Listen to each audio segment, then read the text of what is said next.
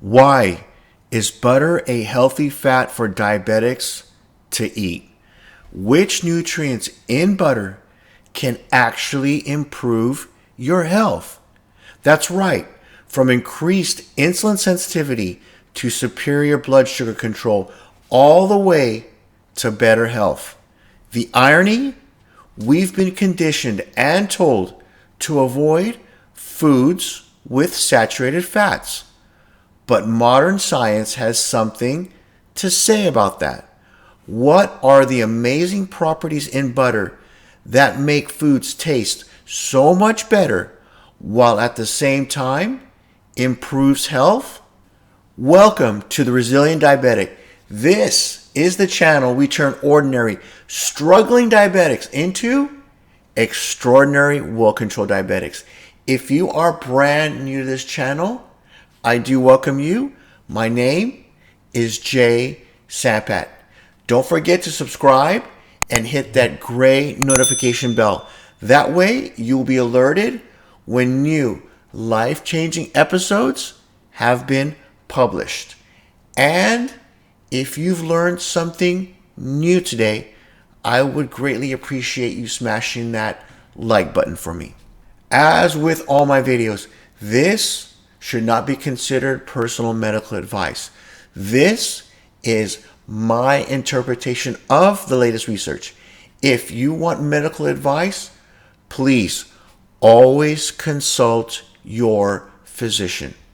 Sometimes you have to break things apart or even open it up to fully understand how it works. Like opening a clock and examining all those complicated gears.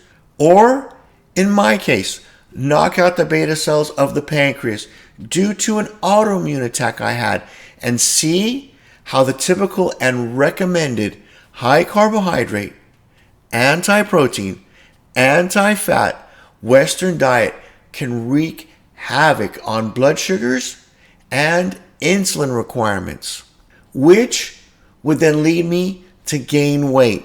It would add bodily inflammation, wreck my health markers, and eventually neuropathy, amputated limbs, heart disease, and kidney failure. The true joys of being a diabetic. And if I followed the advice of our experts, my life expectancy would be cut in half.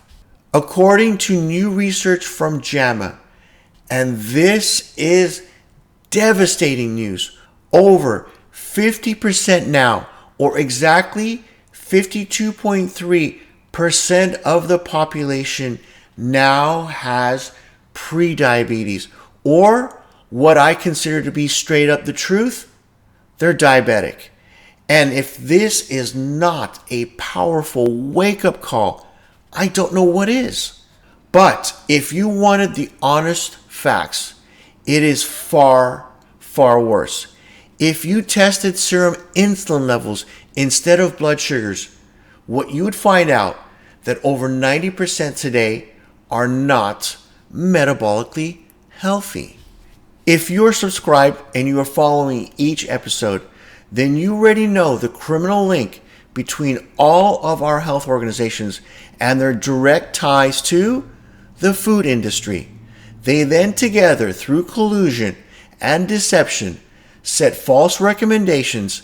Thus, the standards of care our doctors and nutritionalists are taught and they must follow. Saturated fats from foods like butter and other animal products have always been considered a healthy part of human nutrition up until the mid-1900s. And mind you, heart disease was not found prior to the 1900s. It was very, very rare. Then suddenly, after World War II, we were told just the opposite, to cut our fats, especially saturated fats, if we wanted to prevent heart disease. Marketers of low-fat foods championed this concept in collusion with all of their health organizations like the American Heart Association, and they've made billions off our deteriorating health. The sad part? Very few people questioned why foods eaten from the very beginning of mankind were suddenly being blamed for the diseases that coincidentally were never even known or seen throughout man's history. The heart disease epidemic started in around the mid 1900s and is currently the world's leading cause of death. And this is when our nutritional professionals and all the health organizations were bought and paid off and are fully controlled by the food industry to demonize foods like butter, meat, and eggs. The public, through mass media campaigns and scare tactics, became afraid of anything containing saturated fats. But as you know, we've been eating butter for hundreds of thousands of years, long before heart disease became a problem. Blaming new health problems on old foods just does not make any sense.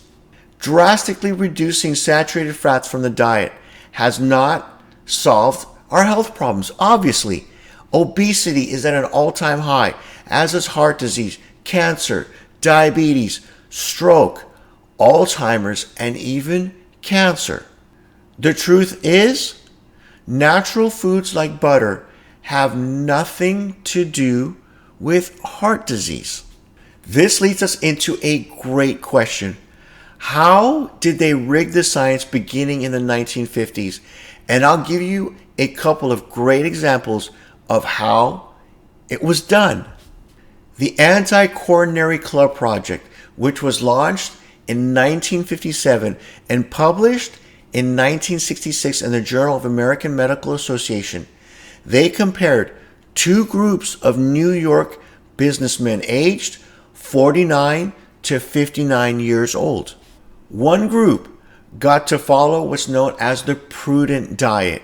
They were given corn oil and margarine instead of butter. They were told to eat cold cereals instead of eggs for breakfast, and chicken and fish instead of beef for lunch and dinner. The control group of the arm, however, they got to eat eggs for breakfast and meat 3 times a day. Something tells me they were a happy group. The study noted their important end results. Cholesterol levels of those in the prudent diet averaged 30 points lower than the control group eating the eggs and the meat. No surprise there. Our crooked healthcare experts focused in on only the cholesterol levels to justify that diet. Why? So then the food industry can come in, for example, and leverage these biased findings and then market their products by putting tiny little cute hearts on their cereal boxes, claiming heart health, while at the very same time killing you and your family by adding in tons and tons of sugar. But what they did not mention in the study or held from the public were the most important of follow-up facts. There were numerous deaths from heart disease amongst those in the prudent dieters, and not a single death of heart disease in the control group. In 1965, the British Medical Journal published another study that involved patients who already had heart attacks. One group consumed corn oil, another group olive oil, and the third group ate saturated animal fats. After 2 years, the corn oil group had 30% lower cholesterol.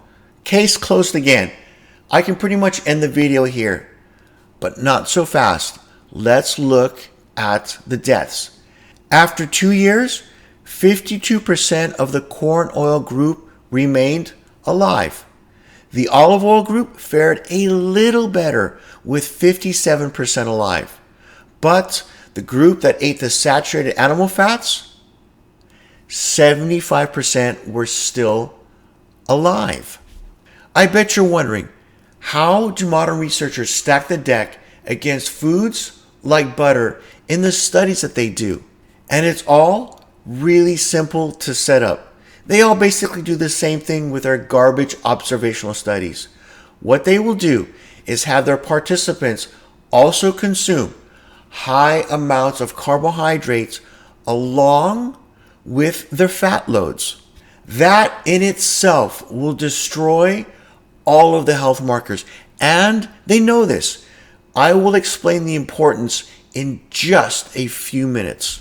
Today's researchers, not tied to the food industry, have completely rejected this lipid fat theory as a cause of heart disease. They point out, and this is so critically important to understand, that more than 60% of heart attacks occur in people with normal cholesterol levels. And the majority of people with high cholesterol levels never have heart attacks. So then, what are the real reasons for heart disease? One, hyperinsulinemia, or high circulating insulin levels due to the excessive amounts of carbohydrates eaten day in, day out. This causes extreme inflammation within the body. Second, as you know, our intake of omega-3 to omega-6 ratios have changed. We are now exclusively consuming omega-6 fatty acids from vegetable oils, margarines, and processed foods. Omega-6 and omega-3s do not have the same effects.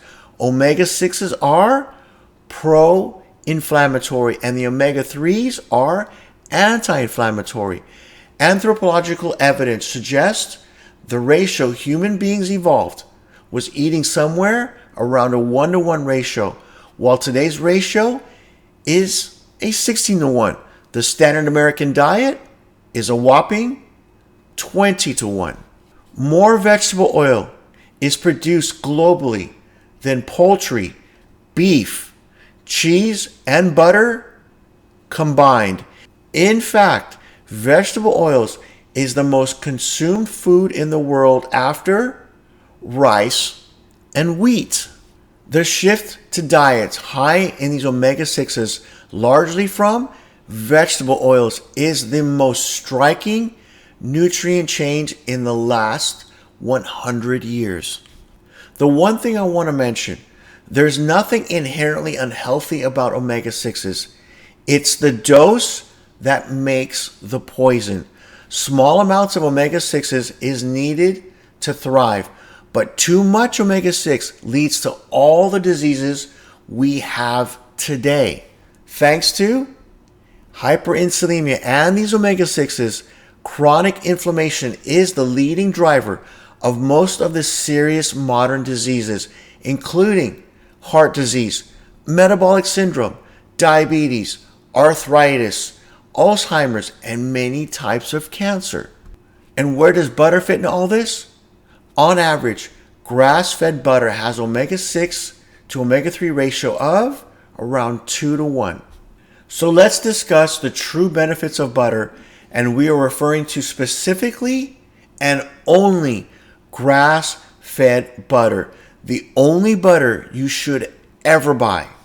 For one, as diabetics, it contains only trace amounts of carbs per serving, whether it's salted or unsalted.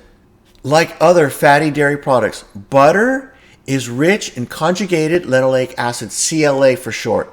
These fatty acids are what promotes fat loss. Grass-fed butter contains 5 times more CLA than butter from grain-fed cows, and it is also much higher in the good and essential omega-3 fatty acids too. It contains the fat-soluble vitamins A, E, and a very important one that you may not have heard of, vitamin K2.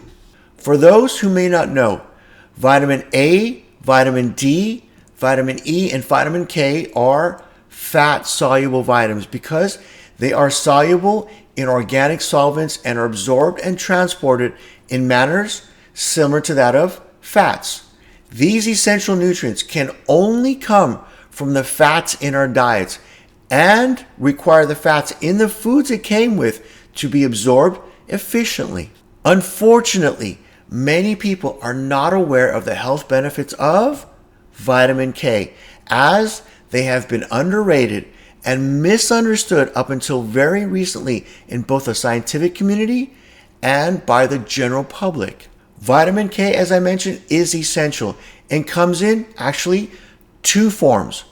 Vitamin K1 is found in leafy greens, vegetables, and some plant and seed oils, namely vegetable oils. Vitamin K2 is from dairy products, fermented foods, and animal products. While vitamin K1 is used by the liver to activate blood clotting proteins, vitamin K2 is used by other tissues to deposit calcium in the appropriate locations, such as in our bones and our teeth, and it prevents it from depositing it in locations that it does not belong, like in soft tissues of our arteries. So in other words, vitamin K2 allows calcium to enter our cells. This effect helps prevent the hard deposits, the calcium and the fatty material, from forming in our arterial walls. But this effect comes from vitamin K2 alone. Studies show that a person's risk of dying from heart disease falls by 9% for every 10 micrograms consumed a day, but they found no association with vitamin K1 intake from vegetable sources. It is the butter we've been told to avoid that provides us with this very heart-healthy nutrient. And the travesty or the groundbreaking news: the consumption of these trans fats from vegetable oils blocks the action of vitamin K2. These polyunsaturated vegetable oils, or should I really call them industrial seed oils, do not allow for the proper absorption of vitamin K2 in the digestive system. What is important to note, and I will say it again, grass-fed butter is much richer in vitamin K2, these essential anti-inflammatory omega-3s and CLA, compared to regular butter. If you've not noticed, grass-fed butter looks like real butter. It's actually a very deep yellow, sometimes bordering an orange, whereas grain-fed butter is white and waxy. Just like in the episode, are eggs good for diabetics? If chickens are fed grain or corn-based diets and are raised within confined spaces, as opposed to being allowed to roam free and graze on plants and or bugs, you will produce unhealthy chickens along with a nutrient-void egg. That is the same for cattle. They are unfortunately rapidly fattened up with grain-based diets that are usually made from corn or soy.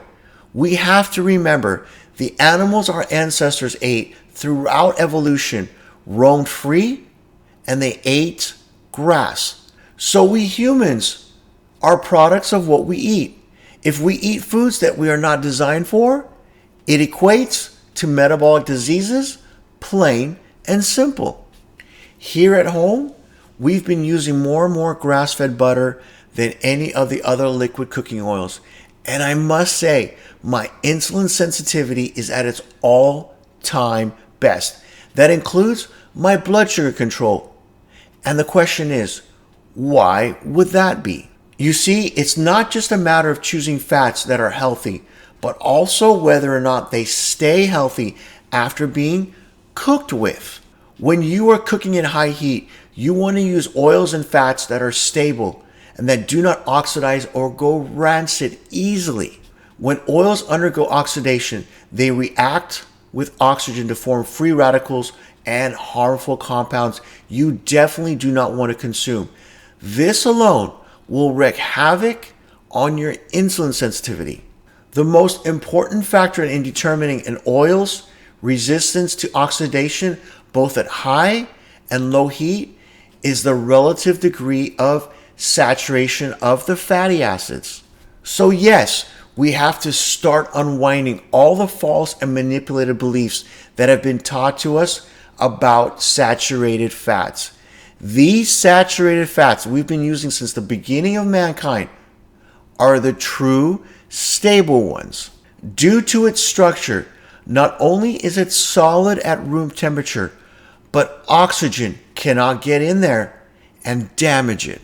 Does this mean we get to use gobs and gobs of grass-fed butter over all the other oils and our health will be restored? Absolutely not. Just because butter is one of the healthiest of the fats does not mean we get to go back and start eating carb-rich foods along with these fats. Remember, when we discussed those studies and how to compromise the health of the participants, they put them on high-fat, high-carbohydrate diets together, and the body will just begin to deteriorate and die that slow death. And this is regardless of the fat being used. My humble advice in our low-carb approach for optimal health, use just enough butter to cook your lean proteins, and for your non-starchy, above ground, brightly colored greens and cruciferous vegetables. Use this fat to get all the vital nutrients we need, and because of the cooking stability, it will help increase insulin sensitivity. This will start to unwind all the damage that's been done. But ultimately, remember, it's grass-fed butter or nothing. As word begins to spread about the vital importance of vitamin K2, the supplement industry will also take advantage and try and con you into believing health comes from taking their superior formulations. Do not be fooled, like I explained in the episode, fish oils, omega-3s, and diabetes. Health does not come from a bottle. The first link you will see is to subscribe to this all-important life-changing channel. The second is the link to the video on fish oils, which will go into more detail on fats and omega-3s. So, have a great and productive day, and we will see you soon with another new episode, which are generally released weekly. Bye for now.